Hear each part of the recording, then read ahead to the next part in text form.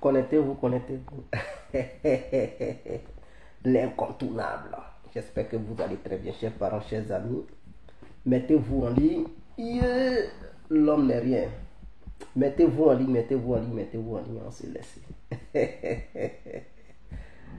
Connectez-vous, chers parents, chers amis, chers frères. Mettez-vous en ligne. Mettez-vous en ligne, mettez-vous en ligne. Et donc, n'oubliez surtout pas de vous abonner. Abonnez-vous sur la page L'incontournable Gay Complet. Sinon que la page Gay Complet, abonnez-vous massivement. Taguez vos amis pour qu'ils puissent suivre le direct. Et n'hésitez surtout pas à donner les étoiles pour toutes les personnes qui aimeraient bel et bien donner des étoiles. Alors n'hésitez surtout pas. C'est comme si vous étiez à l'église et que bon, chacun de vous faisait un geste voilà, un geste de bonne volonté. Donc, celui qui donne les étoiles, Dieu va le bénir. Dieu va aussi bénir sa famille. Donc, donnez les dons. Les étoiles, on va quitter ici. Ah, quand c'est direct, là, les gens, ils sont en vague. Moi, je vais te donner l'étoile. Mais si c'est pasteur, vous êtes pressé. Mais tout ça, là, ça nourrit l'esprit. Les vidéos, là, ça nourrit les esprits. La parole, le commencement était la parole était avec Dieu, la parole était Dieu lui-même. Donc cette parole que vous écoutez, étant chez vous, en train d'écouter, mais ça nourrit, on dit la parole guérit. Donc donnez les étoiles à quitter ici, chers parents, chers amis. Ça guérit. La parole libère, elle guérit. Donc le fait même d'écouter cette parole, ça vous empêche même d'aller faire des bêtises dehors. Quand tu me suis, est-ce que des idées noires vont traverser dans ta tête pour dire, bon, tu vas aller sortir pour faire des bêtises? Non, tu es concentré. Et donc, du coup, ça t'empêche d'aller commettre des bêtises. Donc, voilà, en retour, qu'est-ce que tu fais? Si tu es gentil et que tu crains réellement Dieu, il faut faire parler ton cœur. Quitter ici. Partagez aussi le direct. Il y a des gens, ils regardent et puis ils ne veulent pas partager. C'est le moment de partager. Partagez en quitter ici. Partagez le direct. Bon, nous allons aller droit au but sans trop tarder. Voilà, on va aller directement droit au but. Bonsoir à tous et à tout temps pour tous ceux qui ne me connaissent pas. Je suis l'incontournable Gay Complet tout terrain.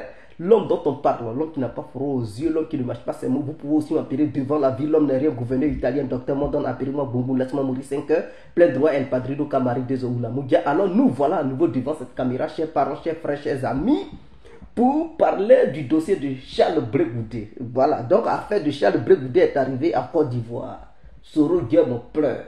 Qu'est-ce qui se passe? Donc nous avons appris que Charles Blé-Goudé est arrivé au pays. On assistait à ça parce que lui-même il avait déjà annoncé ça.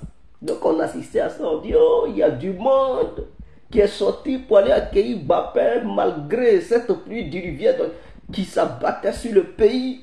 Les gens sont allés accueillir Mbappé à la place CPA Yopougon. J'ai dit on va. Il dit bon comme je viens d'arriver, je vais boire un peu d'eau avant de casser les papous. Donc il dit il va tout déballer, mais il va boire de l'eau d'abord. En un mot, il va se reposer d'abord avant de casser les papous sur cette histoire entre lui et sa famille politique. Atia, Charles Blé-Goudé, j'espère que la sagesse va t'habiter.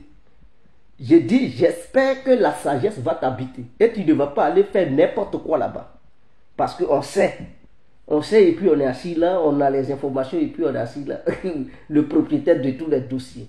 J'ai dit Charles Blé-Goudé et tous ceux qui sont autour de lui là. J'aimerais que les conseillers de Charles Blé-Goudé, la sagesse habite dans les cœurs. La sagesse là doit habiter vos cœurs. Et la rancœur, vous devez laisser ça très loin. Parce qu'il y a des gens qui sont dévorés par la haine. Pourquoi ils ne sont pas autour de Laurent Gbagbo? Pourquoi on ne leur a pas donné tant? Donc ils poussent Charles Blé-Goudé a dit bon, il faut en découdre avec le vieux, il faut en découdre avec tous ceux qui sont autour de Laurent Gbagbo.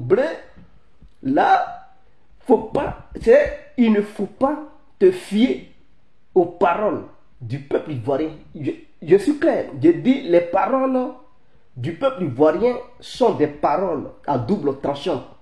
C'est-à-dire, cette parole, ils peuvent te pousser à commettre des bêtises et à un moment donné, ils te laissent pour dire que tu es un traître. Donc, ceux qui te poussent à dire il faut casser papou, après avoir fini de casser tes papous là, ils vont te laisser tomber. Ils vont dire voilà, c'est un traître, on avait dit ça. C'est un traître, voici ce qu'il a dit. Ah, donc, Blé, il dénigre le vieux. Ah, donc, on ne savait pas que tu étais un traître, donc tu as tissé des liens avec ceci, cela. Donc, il faut faire très attention.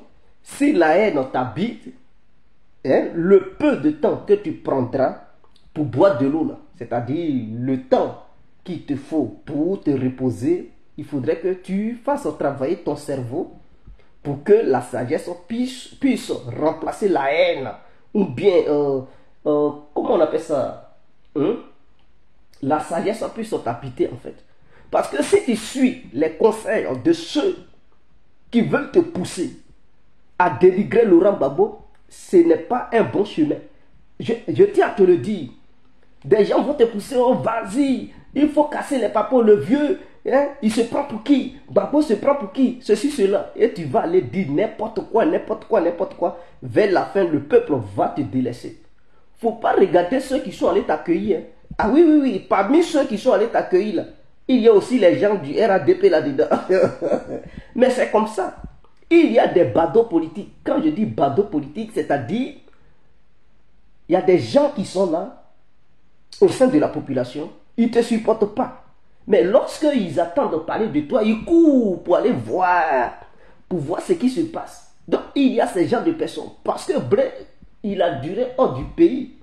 Donc, on dit il revient. D'autres, ils s'en vont te voir par curiosité. Donc, il ne faut pas croire que tous ceux qui se sont déplacés pour aller t'accueillir, ou bien ceux qui se sont déplacés pour aller à la place au CPE, sont de ton côté, qu'ils sont tous des membres du COGEP. Non. Enlève ça dans ta tête. On appelle ça blaguer tuer.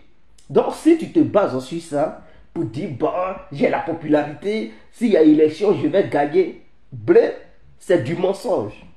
C'est du mensonge.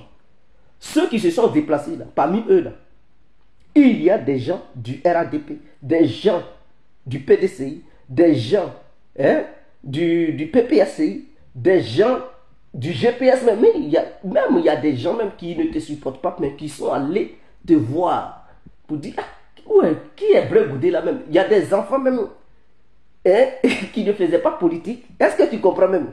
Il y a d'autres, ils n'avaient même pas encore 18 ans quand ils partaient à la CPI. Ils avaient peut-être les 10 ans, ils avaient les 10 ans, ou bien les 12 ans. Donc, ils ne connaissaient rien de la politique. Maintenant, étant là-bas, ils ont tellement parlé de toi. Tu as annoncé ton arrivée, ton retour au pays. Donc, eux là, ils se sont déplacés pour aller te voir aussi. Mais cela ne veut pas dire qu'ils te soutiennent. Cela ne veut pas dire qu'ils sont pro Blé Goudé. Donc, enlève ça dans ta tête et prends conscience. J'espère que la sagesse va t'habiter et une fois, puisque tu es déjà au pays, tu vas œuvrer pour la réconciliation au sein de ta famille politique et non œuvrer pour la division qui gangrène déjà au sein de ta famille politique. Parce que si tu œuvres pour la division, je suis là, je parle. Il y a des gens qui sont pour Blé Goudé, qui parlent à Blé Goudé, qui m'écoutent. Dites ça à votre Blé Goudé que vous appelez Bapé. Je dis, il est reparti au pays. Au moment où je vous parle, ici, il est en Côte d'Ivoire. Ok, étant en Côte d'Ivoire, j'espère que la sagesse habitera Blé et ses amis. Et non la rancœur et la haine. La rancœur et la haine ne vont pas remplacer la sagesse. Parce que si la sagesse disparaît et que la rancœur plus la haine prennent la place de la sagesse, je suis sûr que dans leur vision politique, ils vont vouloir en découdre avec tous ceux qui sont autour de Laurent Gbagbo, c'est-à-dire les Damana Picasse, les Awadon Bello et consorts. Ils vont vouloir en découdre avec eux. Et donc pour eux, ce n'est plus une vision politique, mais c'est un règlement de compte politique qu'ils vont faire. Or, cette histoire de règlement de compte politique au sein de leur propre parti politique, au sein de leur propre famille politique. Quand je dis famille politique, c'est-à-dire son COGEP était dans une famille politique avant de devenir un parti politique. Et donc, je parle de façon globale. Si cette idée suicidaire vous anime. C'est-à-dire, l'idée suicidaire est une idée qui vous pousse à vouloir vous venger de certaines personnes dont vous haïssez. Donc, vous voulez vous venger de ces personnes. Donc, au lieu de voir plus loin, vous allez plutôt œuvrer pour voir plus bas, plus proche et faire n'importe quoi. Parce que si vous faites n'importe quoi, demain là, cette foule qui est venue vous accueillir ne va pas vous conduire au pouvoir. Je pense que je suis clair. Je dis, les gens qui sont venus vous accueillir, ils ne sont pas tous pour brevouder. Et beaucoup parmi eux n'ont pas de papier. Encore, c'est leur propre pays, mais ils n'ont pas de papier là-bas. Est-ce que vous comprenez? D'autres même, pour dire acte de naissance, ils n'en disposent point. Est-ce que vous comprenez? Il y a d'autres, ils ont des papiers, mais ils ne vont pas voter. Il y a d'autres, qu'on leur demande d'aller se faire enrôler, ils n'ont pas d'argent pour payer les 5 000 francs CFA pour aller se faire enrôler. Et tout ce monde-là est mélangé pour aller te voir. Et ce petit monde qui est allé t'accueillir, j'ai du respect pour tous ceux qui sont allés t'accueillir, mais ces gens-là ne pourront pas te mettre au pouvoir. Pour te mettre au pouvoir, si tu espères, si tu aspires un jour devenir président de la République de Côte d'Ivoire, il n'y a que la coalition qui puisse te sauver. Or, cette coalition qui puisse te sauver, si Gbagbo, la famille politique de Gbagbo ne fait pas partie de cette coalition, mon frère, ton derrière est grillé comme moi-même. Est-ce que je suis clair? Je vais porter mes verres parce que j'ai l'impression que les gens ne m'entendent pas très bien. Je dis bien, si tu aspires un jour devenir président de la République de Côte d'Ivoire, je répète, parce que la répétition est souvent d'ordre pédagogique. Donc, je répète, je dis, si tu aspires un jour devenir diriger ce pays qu'on appelle la Côte d'Ivoire, il te faut une coalition globale et large. On ne fait pas la politique pour restreindre les soutiens. On fait la politique pour étendre les gens qui veulent te soutenir et devenir quelque chose. Dès lors que tu fais la politique et que tu restreins tes soutiens, mon frère, tu n'iras nulle part. Il faudrait que ça soit clair. Voilà pourquoi, quand il y a des hommes politiques qui veulent aller aux élections, ils font tout pour avoir d'autres soutiens politiques. Et donc, toi, Bregoudé, au lieu d'aller chercher d'autres soutiens politiques qui ne sont pas favorables pour ta cause, qui te détestent déjà, mieux vaut négocier avec ceux qui t'aimaient déjà, mais qu'il y a eu, une blessure entre vous, il y a eu peut-être une mésentente entre vous. Donc cette mésentente peut être réglée et puis être ressoudée. Mais si tu dis, bon, il y a déjà une fissure entre nous, je m'en fous, je m'en vais ailleurs, mon frère. Ailleurs là, c'est pas là-bas ton bonheur est. Ailleurs là, tu ne vas rien gagner là-bas. Parce que je vais te faire comprendre que si tu es connu aujourd'hui en tant que Charles Bregoudé, je dis bien si tu es connu aujourd'hui en tant que Charles Bregoudé, dis merci à ton ancienne famille politique. Parce que c'est ton ancienne famille politique qui a fait de toi Bregoudé que tu es. D'autres diront non, il était connu à l'école et tout, mais il n'était pas le seul qui partait à l'école. Il n'était pas le seul FESIS. Il n'était pas le seul secrétaire général de la FESI. Il y avait plusieurs secrétaires généraux au sein de la FESI. Mais si lui, Bregoudé, parmi tous ces secrétaires généraux de la FESI, son nom a été hissé au sommet de tous ces secrétaires, c'est parce qu'à un moment donné de sa vie, il a appartenu à une famille politique ou bien il a suivi un homme politique. Et cet homme politique, il s'appelle Koudou Laurent Gbagbo. Oui, le Woody de Mam. Grâce à cet homme politique, Bregoudé est devenu ce qu'il est. Grâce à cet homme politique, Bregoudé a créé maintenant son parti politique qu'on appelle le COJER. Grâce à cet homme politique appelé Koudou Laurent Gbagbo, Bregoudé a aujourd'hui des fans au sein de la Côte d'Ivoire. D'autres diront là, c'est parce qu'il avait l'oratoire. Ce sont ses compétences. Il n'est pas le seul compétent en Côte d'Ivoire. Je tiens à vous le dire. Quelles que soient tes compétences, mes frères, écoutez-moi très bien. Quelles que soient tes connaissances, quel que soit ton savoir, Si tu n'as personne pour te soutenir, tu n'iras nulle part. Dieu passe par quelqu'un pour toujours t'épauler. Mais si tout le monde te verrouille et que tu n'as personne, mon frère, ton derrière est grillé, derrière devant est grillé. Sinon, il y a des gens compétents comme Blé Goudé qui sont remplis en Côte d'Ivoire. Mais ils n'ont pas eu la chance que Blé Goudé a eu en son temps. Ils n'ont pas eu cette chance. Ils n'ont pas eu des gens pour les épauler. Mais Laurent Gbagbo, à son temps, il avait épaulé Blé Goudé. Vous pensez qu'en tant que président de la République, la place qu'il donnait à Blé Goudé, il ne pouvait pas donner ça à un autre jeune Ivoirien? Et même combattre Blé Goudé, il avait quoi en son temps? Il avait quoi? Il pouvait verrouiller ses meetings, il pouvait empêcher ça. Il pouvait dire, je ne veux pas voir de meetings venant de la part de Blé Goudé dans le pays. Sur toute l'étendue du territoire, j'interdis tous les meetings venant de la part de Charles Blé Goudé. Il va faire quoi? Il était le président de la République de Côte d'Ivoire. C'est comme Alassane Ouattara. Guillaume Soro veut débarquer en Côte d'Ivoire pour faire des meetings. Il va dire les meetings de Guillaume Soro sont verrouillés. Il va faire quoi? De la manière il le poursuit et puis il a fui là. Je vais arriver sur lui tout à l'heure. Donc, Laurent Gbagbo pouvait faire ça avec Charles Blé Goudé. Mais s'il a laissé Blé Goudé, son bon petit, faire ce qu'il a fait, ça veut dire à un moment donné, il a aidé.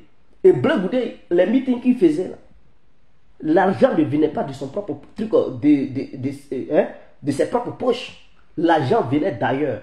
C'est-à-dire, Laurent Gbagbo, que vous, les militants de Charles Blé Goudé, vous dénigrez aujourd'hui, ce Gbagbo-là, à un moment donné de sa vie, vous pouvez le traiter de vieux lâche, vous pouvez le haïr, vous pouvez dire tout ce que vous voulez de lui, mais à un moment de sa vie, là, vous devez comprendre qu'aujourd'hui, si Blé Goudé est votre leader, à un moment donné de sa vie, il a soutenu votre blé. Il a financé blé. Vous allez dire non, c'est l'argent du contribuable. Mais l'argent du contribuable, il pouvait faire autre chose que de soutenir Blé Goudé. L'argent du contribuable, là, il pouvait prendre ça, même voler ça, sans donner ça à Blé Goudé. Ça va aller où?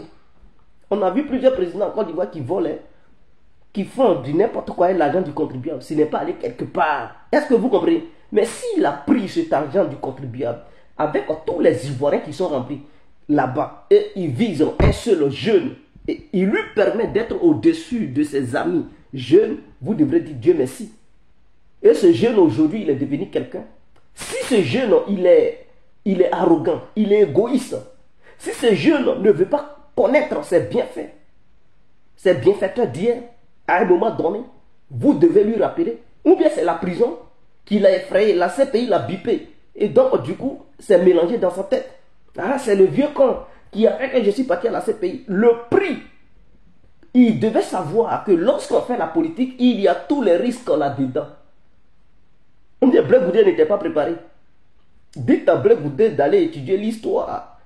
Parce que quiconque se jette dans la politique, il doit savoir qu'il y a des conséquences. Et donc, lorsque il était auprès de Laurent Gbagbo, et puis il disait qu'il faisait la politique, lorsque Laurent Gbagbo lui donnait l'argent, il favorisait ses différents meetings, il devrait savoir que derrière ça, là, il y avait des conséquences.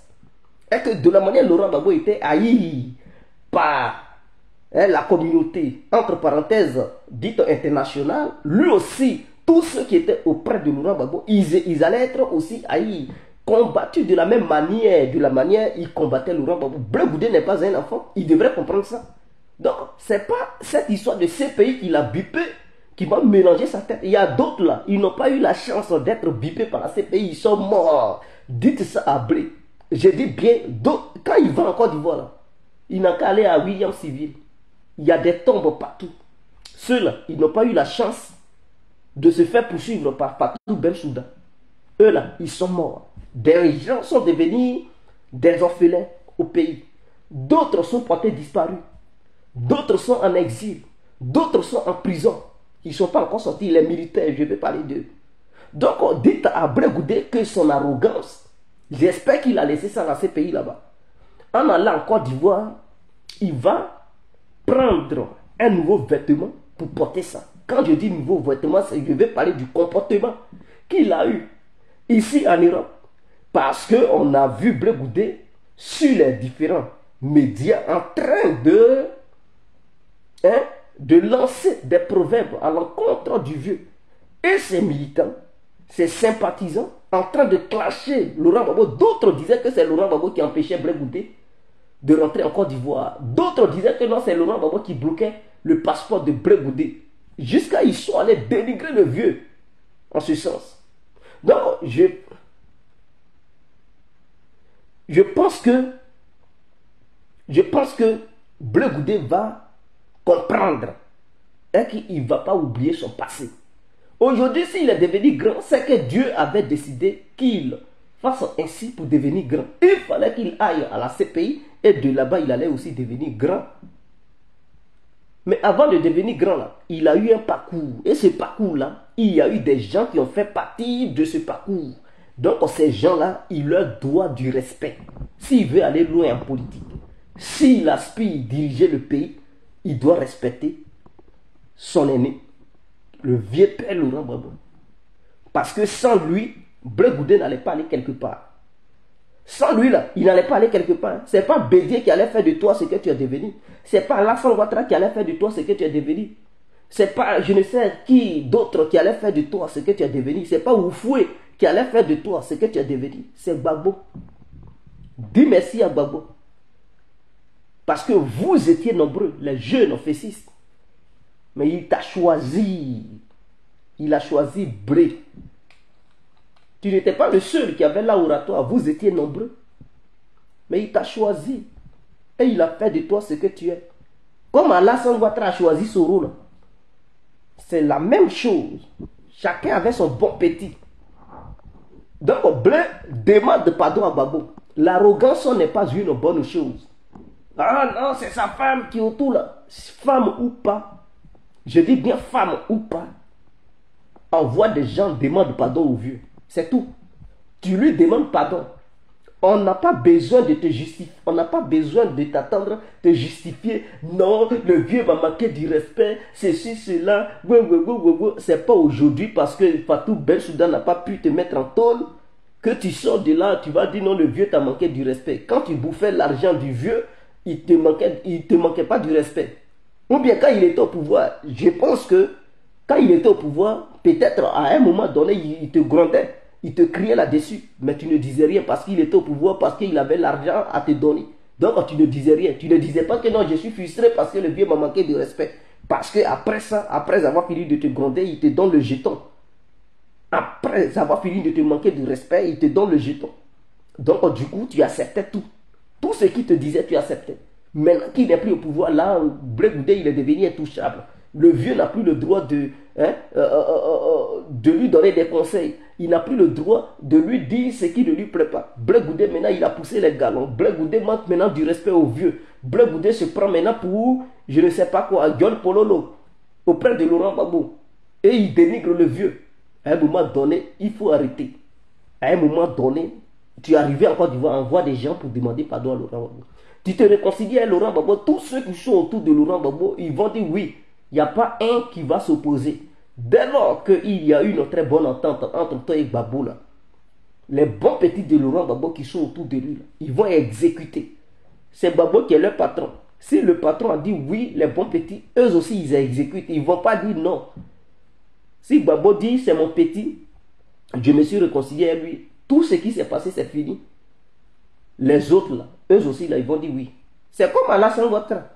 Aujourd'hui, il y a des gens autour d'Alassane Ouattara qui sont contre Soro. Mais si Alassane Ouattara dit non, Soro, il dit à ses bons petits qui sont autour de lui, moi et Soro c'est fini, on est ensemble et tout. Les autres là, ils ne vont pas dire non, on ne veut pas, non. Ils vont accepter. Ils seront obligés d'exécuter parce que c'est lui qui est le patron. Et c'est comme ça. Donc j'espère que Soro Guillaume aura cette intelligence. J'ai dit Soro Guillaume. Charles Blé Goudé aura cette intelligence et il saura quoi faire. N'écoute pas ceux qui vont te donner des mauvais conseils. Les Afim Guessan où tu es et puis tu te courbes. Ils sont venus te saluer. Je n'ai rien contre Afim Guessan. Je n'ai rien contre Afim Guessan. Afim Guessan est un homme politique. Grâce à Laurent Gbagbo, aujourd'hui, il est président d'un parti politique. Mais avant d'être le président de ce parti politique, il devrait savoir aussi que ce parti politique-là a connu un passé. Et ce passé-là, c'était Laurent Gbagbo. Quand Gbagbo est venu, il n'a pas respecté le vieux. Il a tenu le parti politique, il a confisqué ça parce qu'il a fait une rébellion au sein de ce parti politique pour montrer qui il était. C'est avec lui tu as coalisé. Et quand Afi faisait ça, puisque toi et Afi vous vous attendez, tu es en communication avec lui. Pendant que tu étais en Hollande, tu étais en communication avec Afi. Toi, Blé Goudé, tu ne peux pas dire que tu n'as pas encouragé Afi de confisquer le FPI de Laurent Gbagbo. Tu ne peux pas nous dire ça. Je sais que tu l'as encouragé pour dire ne lui donne pas le parti politique. Ce vieux, il se prend pour qui? Puisque entre toi et le vieux, ça n'allait plus. Donc, Afi étant en contact avec toi, Blé Goudé, tu as dû encourager Afi N'Guessan. Parce que Afi, étant ton vieux père, que tu t'attends à lui, s'il faisait des bêtises et que tu n'étais pas d'accord, tu allais lui dire, ah, Afi, tu es un grand frère, mais ce que tu fais, je ne suis pas d'accord, laisse le parti politique. Entends-toi le vieux et rentrez là-dedans. Mais non, tu ne l'as pas fait. Tu as encouragé Afi dans ses bêtises. On se connaît en Côte d'Ivoire, on se connaît entre nous Ivoiriens. Je sais que tu as encouragé Afi. Donc, son coup a réussi. Quand tu es parti, il t'a accueilli, tu étais souriant, tu es heureux. Tu es heureux. Tu es heureux. Donc, voici un peu ce qu'il y a. Même arrivé là-bas, là, tu n'as même pas cherché à voir Gbagbo. Tu n'en as rien à foutre. Tu es parti le 26, aujourd'hui est combien? Aujourd'hui est le 28. Normalement, pour montrer le 26, 27, tu es arrivé le 26. Tu as tenu un meeting un peu après le 27. Tu te reposes normalement le 28, tu peux dire, ah, où est le vieux? Je vais aller le voir. Tu ne l'as pas fait. Au contraire, tu as vu Afi, tu as vu Simone Gbagbo. Donc, ce qui montre que ce que les gens disaient de toi, comme quoi tu ne t'attendais pas à le vieux, c'est véridique. Il n'y a rien à contester. Parce que si c'était pas véridique, on allait vous voir. Mais tu n'as même pas croisé le vieux. Oh, le vieux, il s'est battu pour vous. Il s'est battu pour vous. Pendant que toi, tu le dénigrais, pendant que toi et tes amis, vous étiez en coalition pour faire n'importe quoi sur Gbagbo. Lui, quand il partait voir Alassane Ouattara, il parlait de toi, il parlait de Soro Guillaume. Pour dire, il faut laisser mes petits rentrer. Laisse mes petits rentrer. Mais toi, pendant qu'il disait laisse mes petits rentrer, toi, tu avais un autre plan. Blé, quitte dans ça. Hein. Quitte dans ça. Parce que tu es quelqu'un qui souvent a des petits coups tordus. Et les gens te connaissent pour ça. Tu es quelqu'un qui a des petits coups tordus. Tu fais des coups vraiment tordus. Envers tes bienfaiteurs. Envers tes bienfaiteurs. Est-ce que tu comprends? Donc, les problèmes Goudé aujourd'hui, ils vont m'insulter et tout. Mais ils doivent savoir que si Blé est là, c'est grâce à Gbagbo. Dites merci à Dieu et à Gbagbo. C'est tout. C'est tout ce qu'on vous demande. Vous pouvez, si Afi ou Guessa aussi est là, dites aussi merci à Dieu et à Gbagbo, truc à Gbagbo aussi. Afi, tout cela, c'est lui qui les a fait. Sinon, il pouvait les chasser de son parti politique. Si Afi est devenu président du FPI, c'est Gbagbo qui a accepté qu'il devienne président. Il pouvait dire non, je ne veux pas d'Afi dans mon parti politique. Je ne veux même pas qu'il soit président. Il allait être le président de la République et en même temps le président de son parti. Alassane Ouattara qui ne fait pas ça. Il est le président du RADP et en même temps président de la Côte d'Ivoire. Ah oui, il n'a pas dit je veux un bon petit qui va être... Non. Lui-même, il dirige les deux. Il est le président du RADP et en même temps président du truc de la Côte d'Ivoire. Gbagbo pouvait le faire. Mais s'il a donné la place à Afi, c'est parce que il voulait faire de ces bons petits des grands. Maintenant, malheureusement pour lui, il avait une telle pensée. Oh, ces bons petits avaient leur pensée. Oui. Il voulait faire d'eux des grands. Eux aussi, ils préparaient des coups pour faire du vieux père un petit. Pour s'affirmer demain, pour dire, ce vieux con là, il a fait quoi pour nous? Et sous prétexte que non, Laurent Gbagbo et Simone Gbagbo ne s'attendent pas donc. Attendez, ils ne s'attendent pas donc, c'est quoi? Toi, Brégoudé, tu as quoi à voir avec Gbagbo et Simone Gbagbo? C'est ta femme. Si Gbagbo et sa femme, Simone Gbagbo, ne s'attendent pas, où est ton problème? C'est comme si toi, hein, toi et Madame Bré, toi et ta femme, il y a un problème et puis Gbagbo va s'immiscer, il va dire bon, je ne parle plus à mon bon petit parce qu'il ne s'attend pas à sa femme. Tu as quel souci? Est-ce que toi, Bré, tu ne m'ougussais pas truc? Les femmes qui venaient te rendre visite à la haie là-bas? C'est pas que toi, François Kensi a laissé sa femme. Je ne dis pas non de quelqu'un, mais c'est pas que toi, François Kensi a laissé sa femme. Donc, est-ce que Laurent Gbagbo va dire, parce que tu as Mougou, femme de François Kensi, donc lui, il a problème avec toi maintenant. Pendant ce temps, tu as ta femme, non? Quelles sont ces bêtises? Je ne comprends pas les Ivoiriens. Vous vous mettez en palabre avec Gbagbo, Ako et Simone Gbagbo. C'est une histoire de couple. Est-ce que vous comprenez? À part la politique, vous ne savez pas ce qui se passe entre eux. Vous ne savez pas ce qui se passe entre eux. Vous ne savez même pas. Vous ne savez pas ce qui se passe entre eux. Peut-être depuis que Laurent Gbagbo a été libéré, est-ce que Simone Gbagbo l'a déjà appelé? Est-ce qu'elle le téléphone pour lui dire tant? Et le jour de son arrivée, c'est là qu'elle s'en va à l'aéroport. Vous ne savez pas qu'est-ce que le monsieur a au fond de lui. Et c'est vous qui vous avez Gbagbo a humilié Simone Gbagbo. Le monsieur qui a enduré, il est de l'autre côté. Est-ce que quand il a été libéré, sa femme, Simone Gbagbo, l'a appelé? Parce que les déclarations et la réalité, ça fait deux. Ne vous fiez pas à ce que les gens disent et ce qui se passe réellement. Est-ce que Simone Gbagbo appelait son mari pour demander les nouvelles? Ou est-ce que Laurent Gbagbo appelait Simone Gbagbo pour demander les nouvelles? Est-ce que vous savez ce qui s'est passé? Tout ce qui s'est passé là, vous ne savez rien. Vous êtes là. Tout ce que vous avez fait, c'était les manifestations. Pour leur bien-être tous les deux. Maintenant, s'il y a eu humiliation, l'intelligence demande d'aller auprès de Laurent Gbagbo, vous déléguer des gens. Si vous aimez tant Simone Gbagbo, vous aimez tant Laurent Gbagbo, mais c'est tellement simple.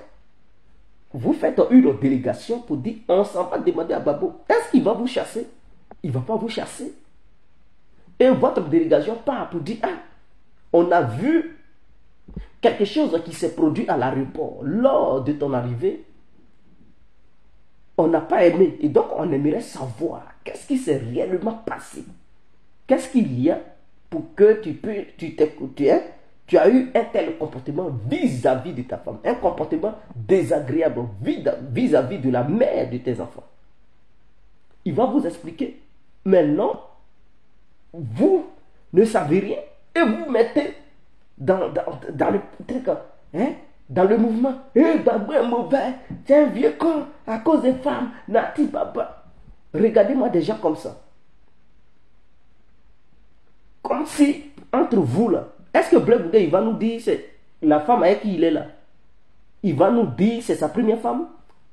C'est sa première copine? Blé, c'est ta première femme qui est là?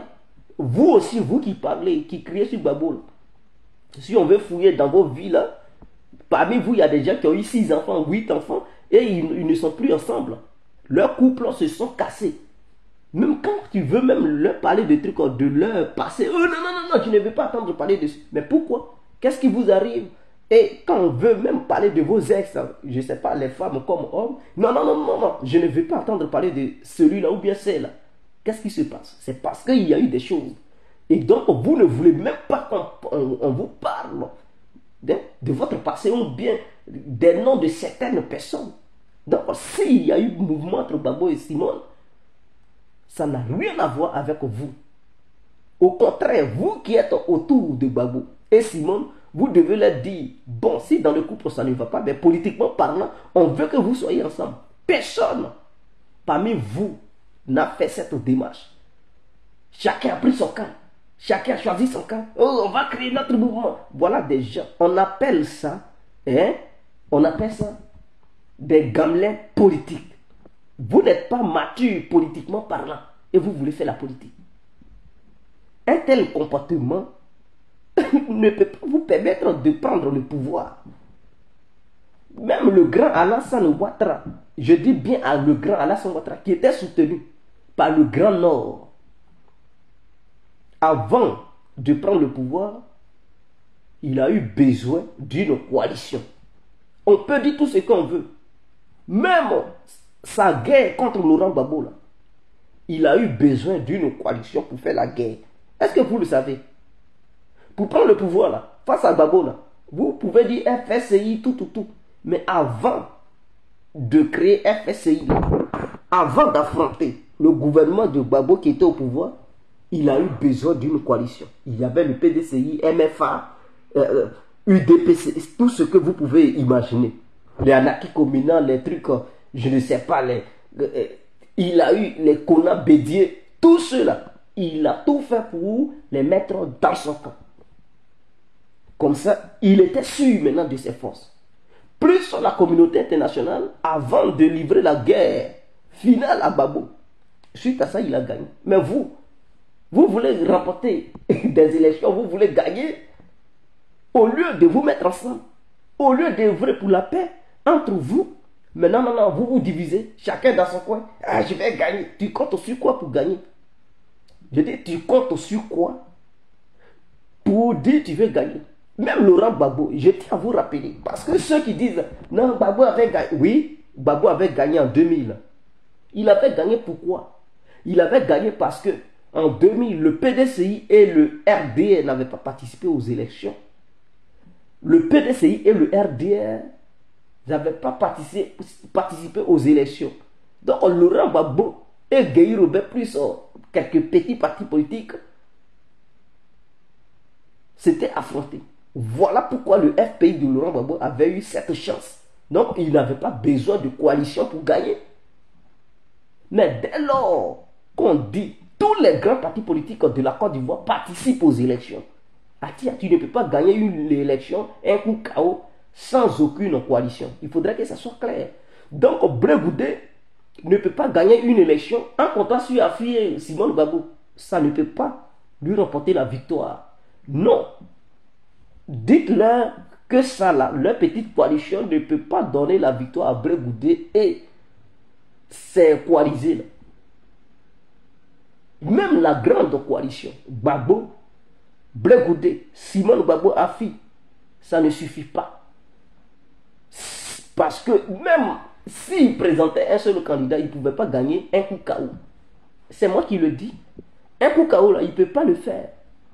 La preuve en est que en 2010, je rappelle toujours cette date, Gbagbo était entouré de tous ces bons petits. Il n'y avait pas encore de division. Eux tous, ils le soutenaient. Mais, pour finir, qu'est-ce qui s'est passé? Il n'a pas pu gagner dès le premier tour. Il y a eu deuxième tour.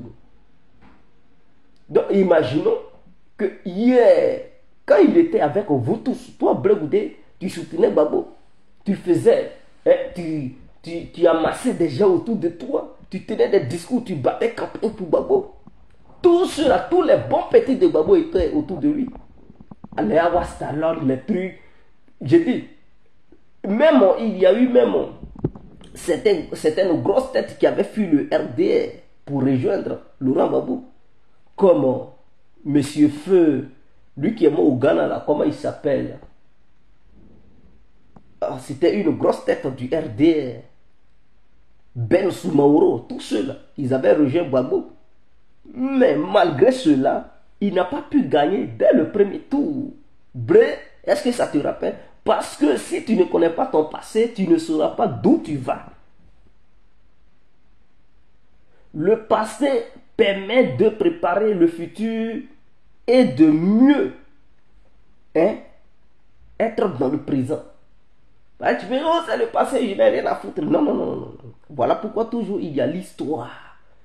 C'est l'histoire qui permet aux gens de savoir qu'est-ce qu'ils sont, qu'est-ce qu'ils deviennent. Est-ce que tu comprends? Sinon, à l'école, il n'allait pas avoir de l'histoire. On n'allait jamais étudier les guerres mondiales. On n'allait jamais parler des trucs des aïeux, des parents. Et un pays n'allait pas se baser sur ça pour dire, voilà, voilà, je suis fier parce que notre histoire dit ceci, cela.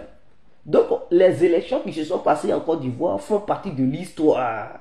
Avant de faire une politique, avant de prendre des positions politiques, il faut te référer toujours à l'histoire. Si tu oublies l'histoire, mon frère, tu fais fausse route.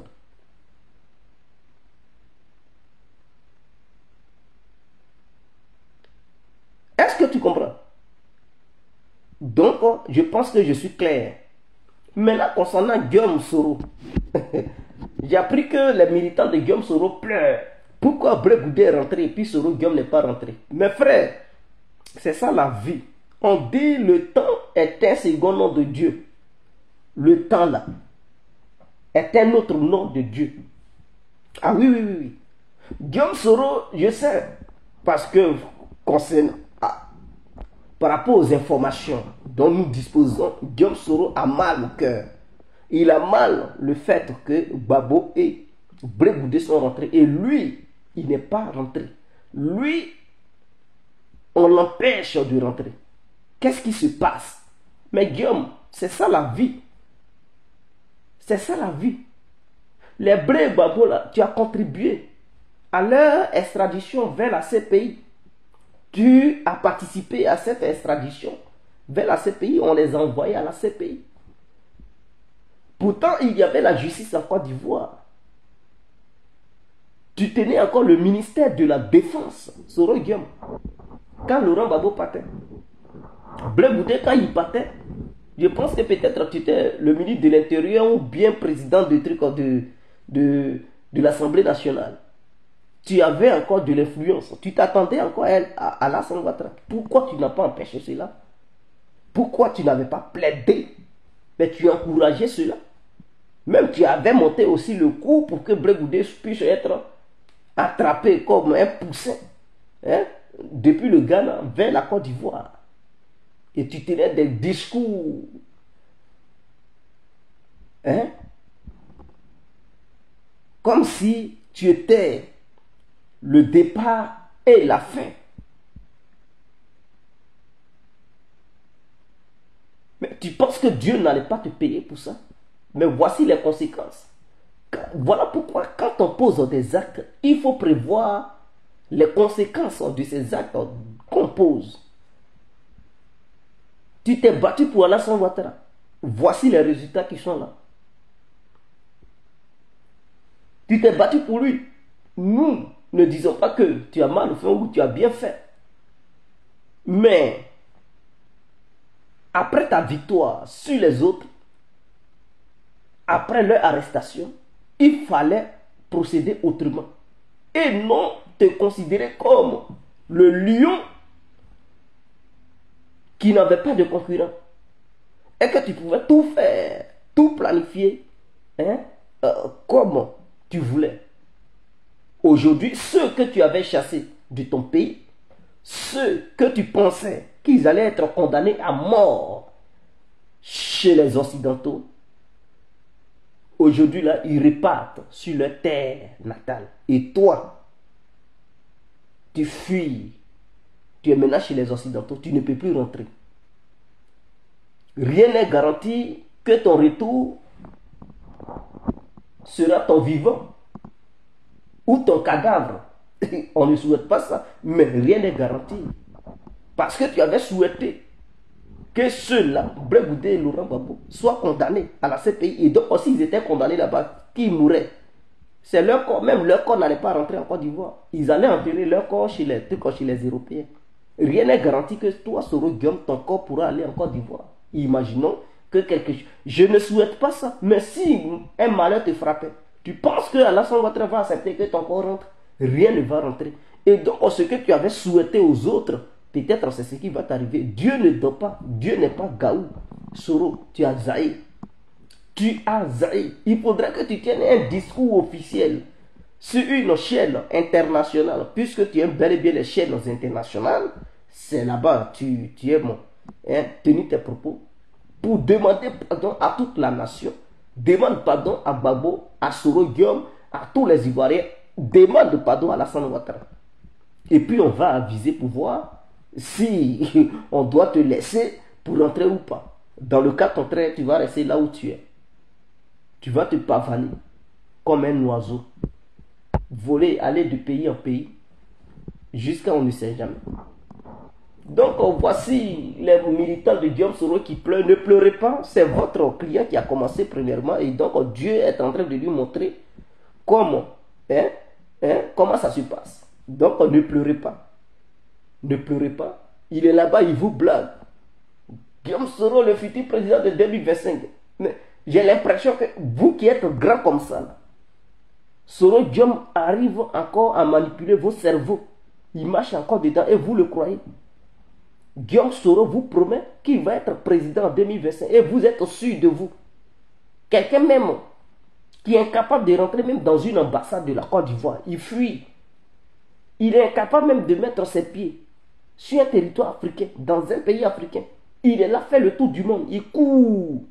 Et il vous promet qu'il va être candidat et être élu président de la République.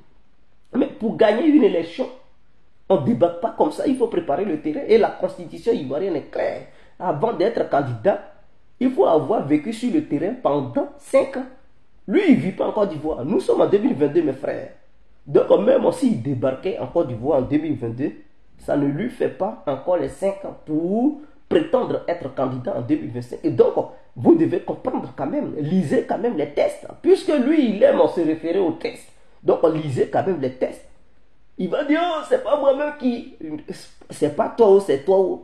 Est-ce que tu étais en Côte d'Ivoire, oui ou non? Non. Dès lors que tu n'étais pas en Côte d'Ivoire, mon frère, on n'a pas besoin de tes justificatifs. Non, je n'étais pas là-bas parce que pour chasser ou pas, mon frère, tu n'étais pas en Côte d'Ivoire. Donc tu ne peux pas être candidat. Donc les pro-Soro, au lieu d'être là, être manipulé par Guillaume Soro qui vous promet les merveilles, il sait ce qu'il avait fait. En 2000, il dit oh, il allait être candidat. Est-ce que sa candidature a été acceptée? Il a posé une candidature par procuration. Lui-même, il n'était pas là-bas. Ça a été refusé. C'est ce qui va encore se passer. C'est encore par procuration.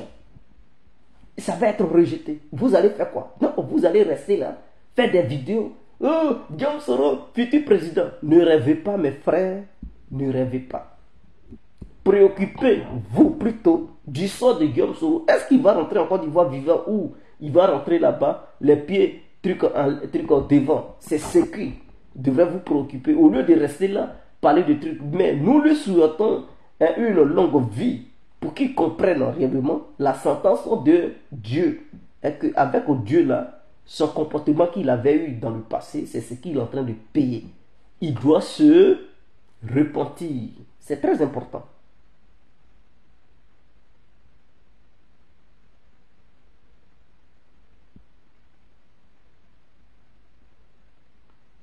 Donc voilà un peu. Voilà un peu. Donc Soro, ne pleurez pas. Les militants de Guillaume Soro, c'est ça la vie. Assumez. Dites plutôt à Guillaume Soro de demander pardon officiellement. Il n'a pas demandé pardon. Il fait il appelle la presse et il demande pardon. C'est ce qu'on veut. On n'a pas besoin de vous tenir des trucs, des fausses promesses. Et vous allez rêver, rêver, rêver. Oh mais vraiment, les pro-Soro. J'ai l'impression qu'ils sont encore des gamins en fait. Des vieux comme vous, des vieilles comme vous. Vous vous laissez manipuler par Guillaume Soro qui vous promet des trucs, des merveilles. N'enlevez pas les trucs, les écailles qui sont dans vos yeux pour mieux voir clair et rester là. Suivre Guillaume Soro, on dirait des Mongols qui suivent des Somaliens. Bon, tiens, j'en ai fini. Alors, concernant... il se fait tard quand même. Il se fait tard, donc on va couper le direct. On va couper le direct. Donc,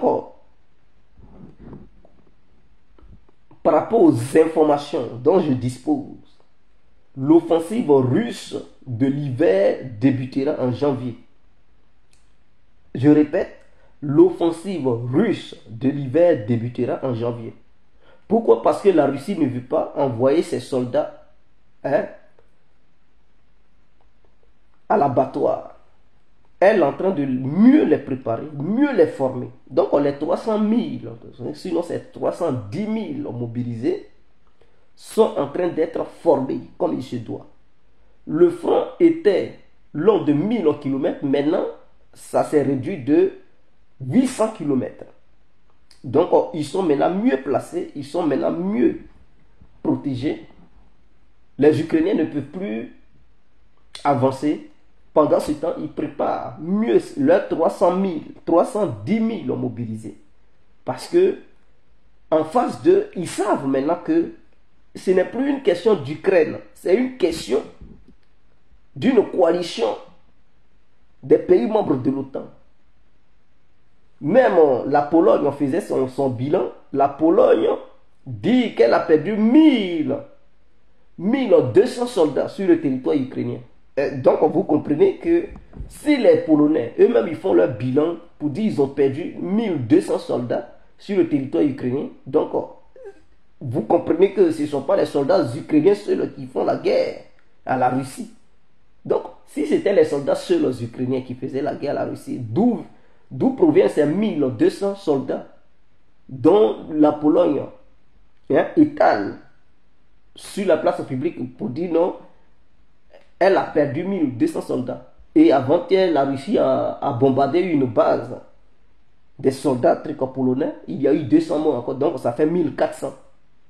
Donc, vous comprenez déjà que en Ukraine, il n'y a pas seulement que les soldats ukrainiens. Les soldats ukrainiens ont été déjà démantelés. Tous ceux qui sont là-bas, ce sont des mercenaires, des étrangers qui sont là-bas. Des prochets. Donc, ce sont des forces spéciales de l'OTAN. Officiellement, ils ne sont pas là-bas, mais officieusement, ils sont là-bas. Ils passent par la Pologne et puis ils rentrent. Et puis ils s'en vont. Ou bien d'autres rentrent là-bas pour dire, bon, c'est des aides humanitaires. On s'en va, protéger les ambassades. Mais en réalité, ce sont des soldats qu'ils envoient sur le terrain. Donc les Russes ont compris qu'ils n'étaient plus seulement dans une opération spéciale. Et qu'en face d'eux, il y avait maintenant une coalition de l'OTAN qui leur faisait la guerre, objectif affaiblir la Russie. Au début, la Russie ne frappait pas les infrastructures de l'Ukraine. D'autres disaient, mais pourquoi ils ne frappent pas ça? Eux, ils disaient que c'était une opération spéciale. Donc, déjà, mais pourquoi ils ne frappent pas les chemins de fer, les ponts, l'énergie et tout ça? Les Russes ne s'attaquaient pas à ça. Même les bâtiments administratifs, ils ne s'apprenaient pas à ça. Mais maintenant, ils ont commencé à frapper. Parce qu'ils comprennent que les pays membres de l'OTAN, eux, ils mettent du sérieux, ils sont à fond là-dedans. Ils disent, ah, donc, ce n'est plus une opération spéciale.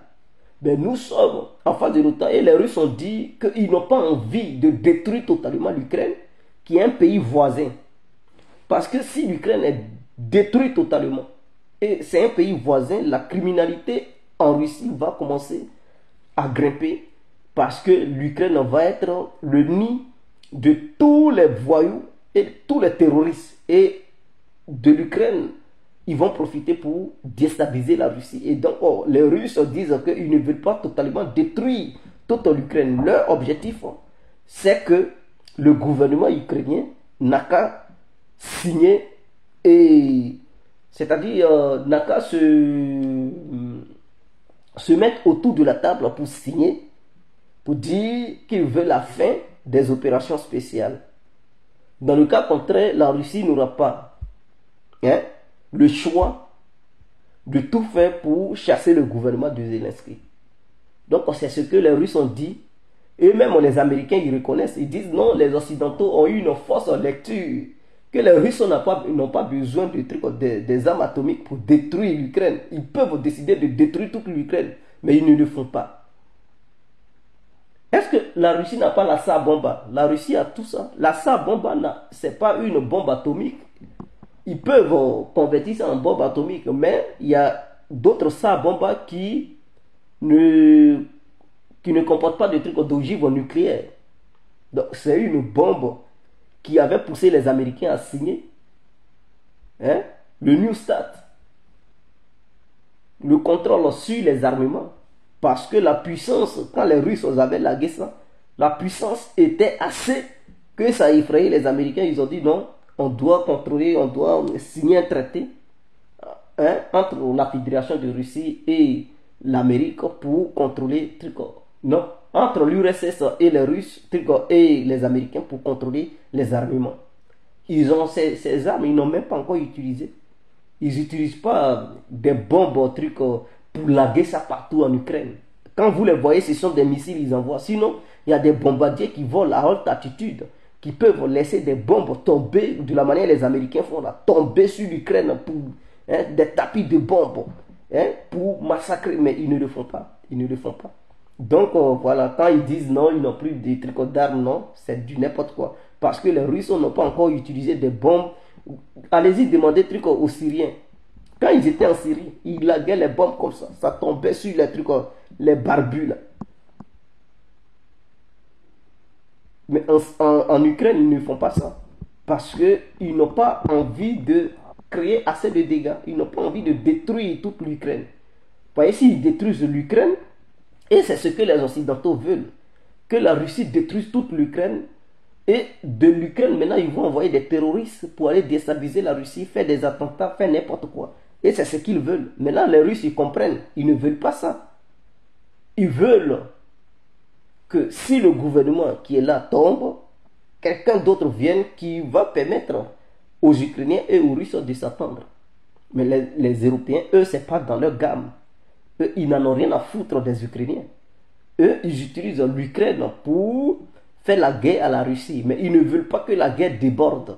Ils veulent une guerre. Donc, je ne peux pas dire c'est une guerre occidentale, russo-occidentale qui se passe là-bas en Ukraine. Ils ne veulent pas que ça déborde. Donc, chacun n'utilise pas toute sa puissance. L'OTAN n'utilise pas toute sa puissance. La Russie n'utilise pas toute sa puissance.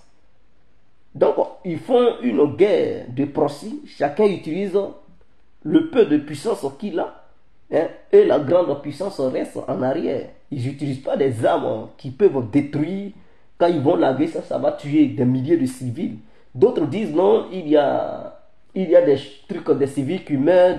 Non, ce sont les défenses aériennes ukrainiennes parce que qu'est-ce qu'ils font? Leur système de défense anti-aérien, ils ne placent pas ça en dehors de la ville.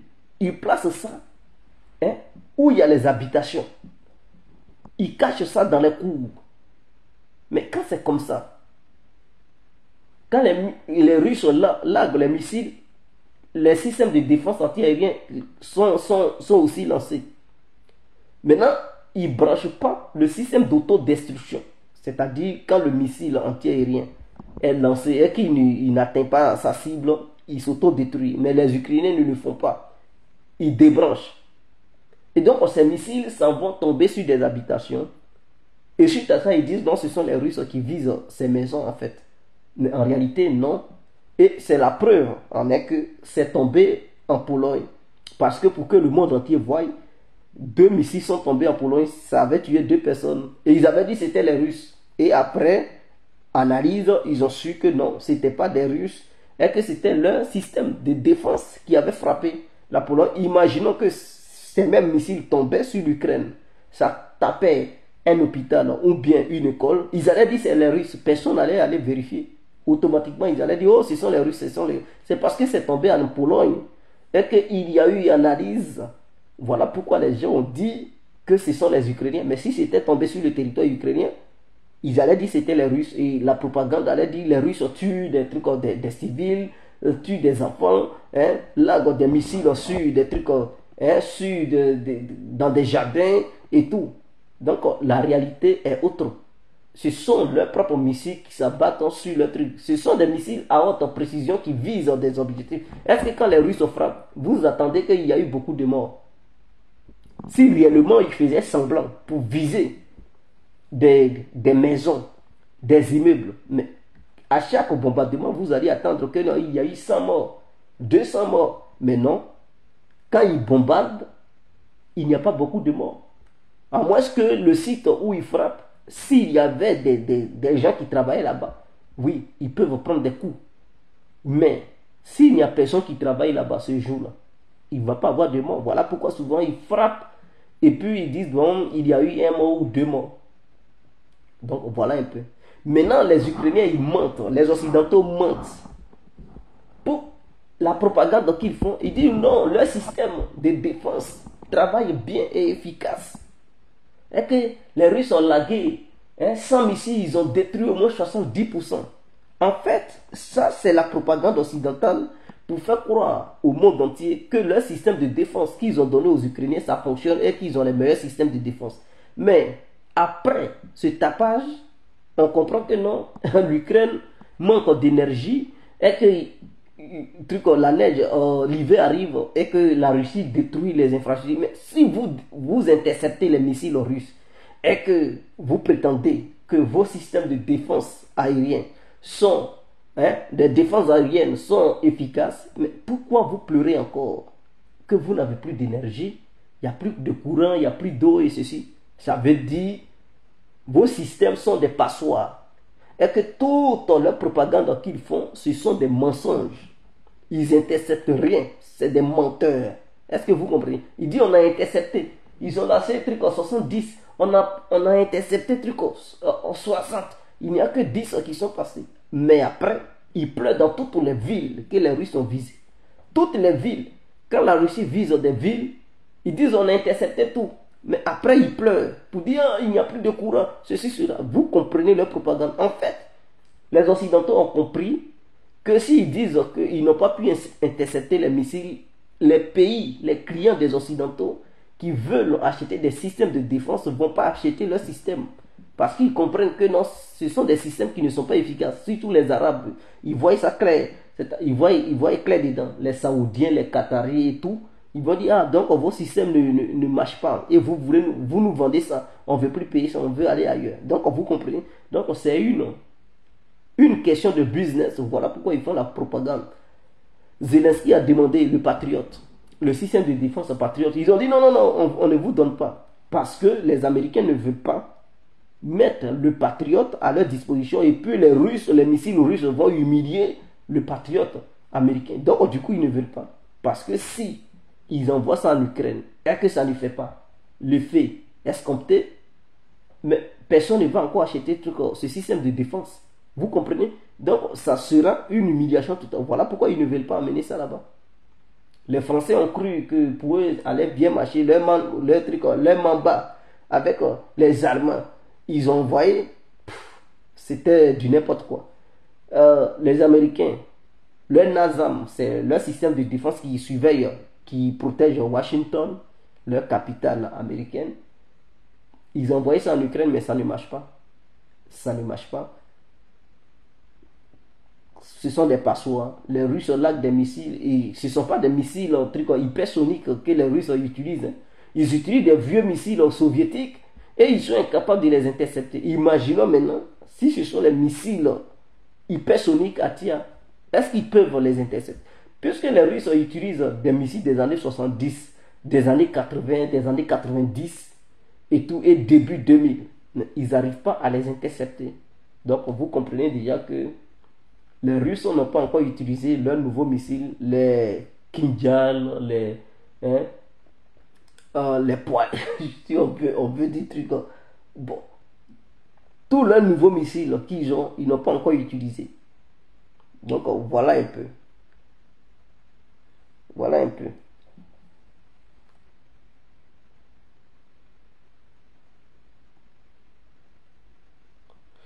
Non, ils ne peuvent pas. Les Russes, eux-mêmes, les Occidentaux, ils commencent à dire non, on ne connaît pas leur stock. Au début, qu'est-ce qu'ils disaient? Non, les Russes n'ont plus assez de missiles. Ils ont lagué, ils avaient au total 3000 missiles. Comment des gens peuvent tenir ces gens de propos? Ils avaient 3000 missiles, ils ont tout lagué, ils n'ont plus de missiles, ils ne peuvent plus bombarder, ils n'ont plus que la capacité. Eux, maintenant, ils commencent à dire non, on ne connaît pas leur stock, on ne sait pas combien de missiles. Voilà, il y a quelqu'un qui vit en Russie qui m'a fait comprendre qu'il y a une ville russe entière dont le nom n'est pas connu sur la carte. Ils n'ont pas mis le nom de cette ville sur la carte, mais qui est une ville entièrement militarisée. C'est-à-dire, il n'y a pas de population civile qui vit là-bas. C'est une ville qui est grande. C'est grand comme Abidjan, mais ce sont les militaires seulement qui sont là-bas.